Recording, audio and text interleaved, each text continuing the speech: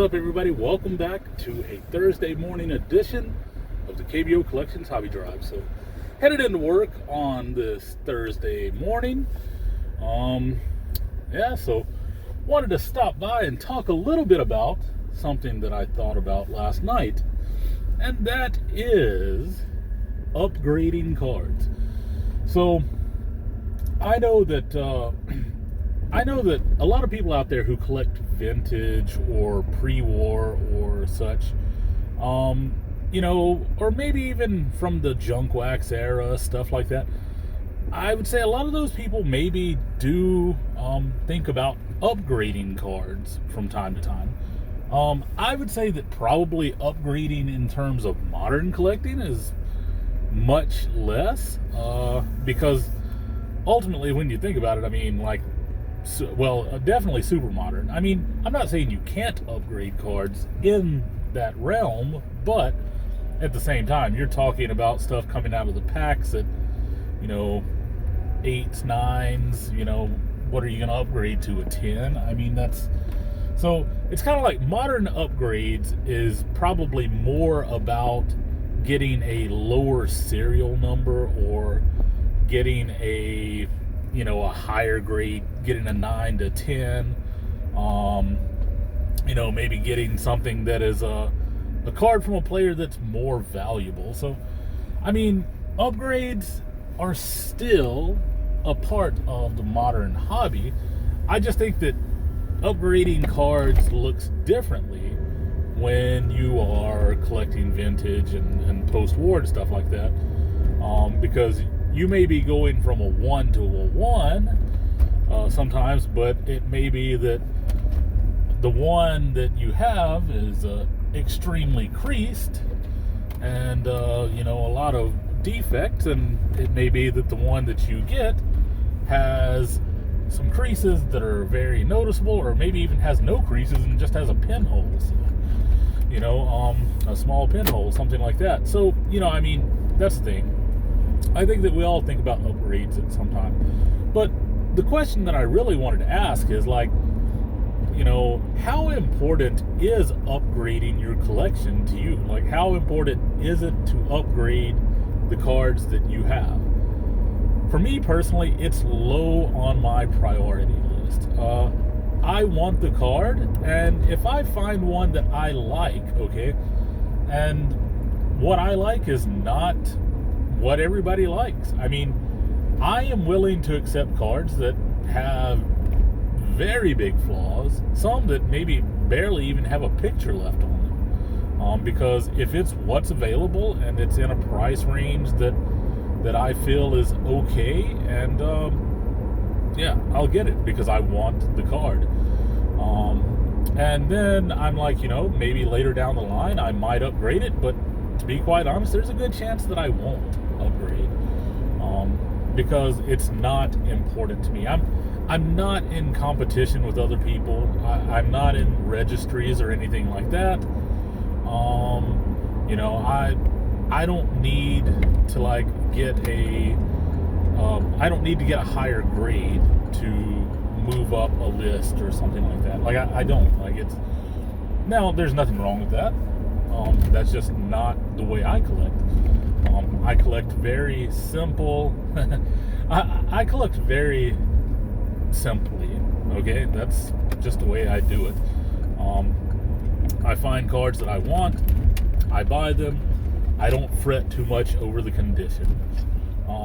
Now, one thing that people could say about collecting, and one thing that people could say about upgrading is, well, if you buy the right card the first time, there's no need to upgrade it.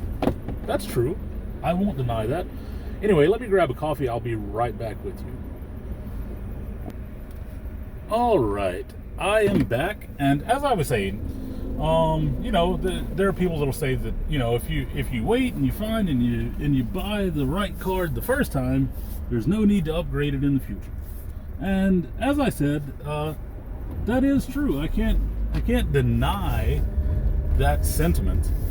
But at the same time, what is the right card at that time is different to everyone. For me personally, I mean, I look for, quite honestly, a lot of times what I look for when it comes to buying a card is it available and is the price low? Okay? That's primarily what I look for. Is it available? Is the price low? And if it checks both of those boxes, I will buy it a lot of the time. But that's just the way I collect. Like I said, I enjoy having the card. So, and I don't think there's any right way or wrong way to do it.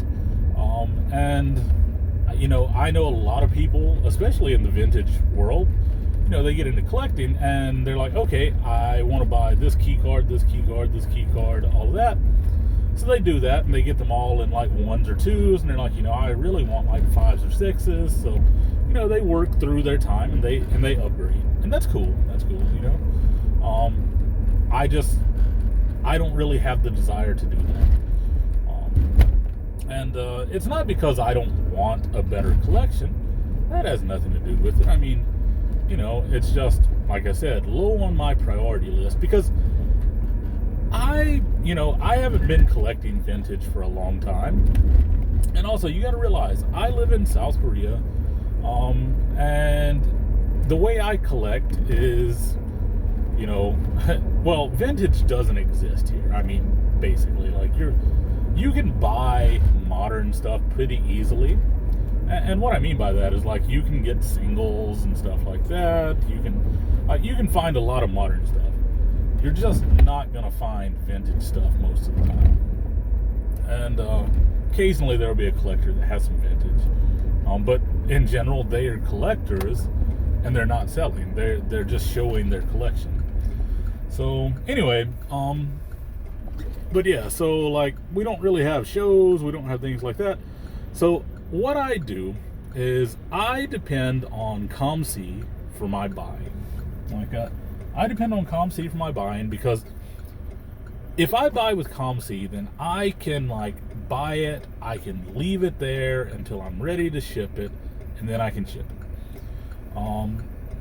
And so I don't use eBay for buying or anything like that because I don't want to, I really don't want to deal with sending it to a family member, sending it to a friend, sending it to somebody and putting that burden on them to hold it and then send it to me later, because I feel like that's a burden. I know if I were in America and I had, a family member living in Korea and they collected baseball cards or whatever, and if they were like, hey, so I'm going to send you some cards, can you just hold on to them and then mail them to me later?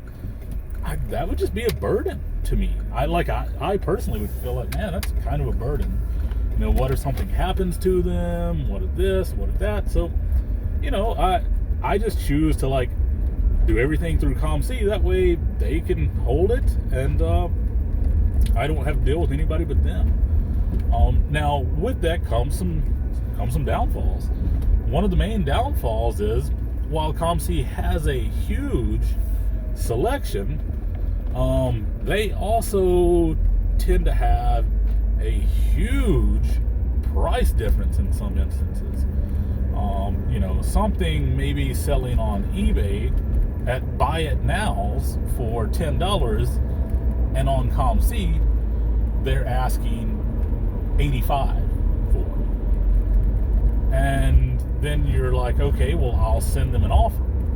And you send them an offer and they decline it. Or you send them an offer and it's like, it's selling for $80. They have it listed at $80 on COMC. It's selling for $10 on eBay, and they have their offers set that, the minimum you can offer is 75% or something. So even the minimum offer that you can make is $60 or something. When, as I said, it's selling for $10 all day, every day on eBay, and there are a million of them on there at that price. So sometimes you have to deal with that, and that's fine. People can do what they want to, and they can price their cards how they want to. So I have no issue with that as well. I used to have more of an issue with it, but now I've kind of gotten to the point where I'm just like, yeah, I mean, I don't need their card. I don't need to give them money. I've started looking at things a lot more like that. Like, I don't need to give them my money. I don't need that card. And eventually one will come around. So, you know. But anyway, that's kind of how I shop. So I shop on ComC, get everything shipped at one time. If you don't use ComC, it is great. It's a great site to use because they can hold everything. Good place if you want to like build some sets or player collect or things like that, because they do have a nice inventory. They may not necessarily have like super rare stuff a lot of the time. Occasionally they do have some of the rarer stuff, but if they do, it's usually like way overpriced a lot of the time, in my opinion. So anyway, but yeah, so I do upgrade from time to time. I mean, I have like, so for example, like this is one of the classic ways that I upgrade from time to time. So I may have a 1971 Bob Gibson that's raw, and like, you know, it's just my eye, I'm looking at it, I'm like, it's probably like a 4 if I graded it. And then all of a sudden I see a really good deal on an actual graded card that's like a 6.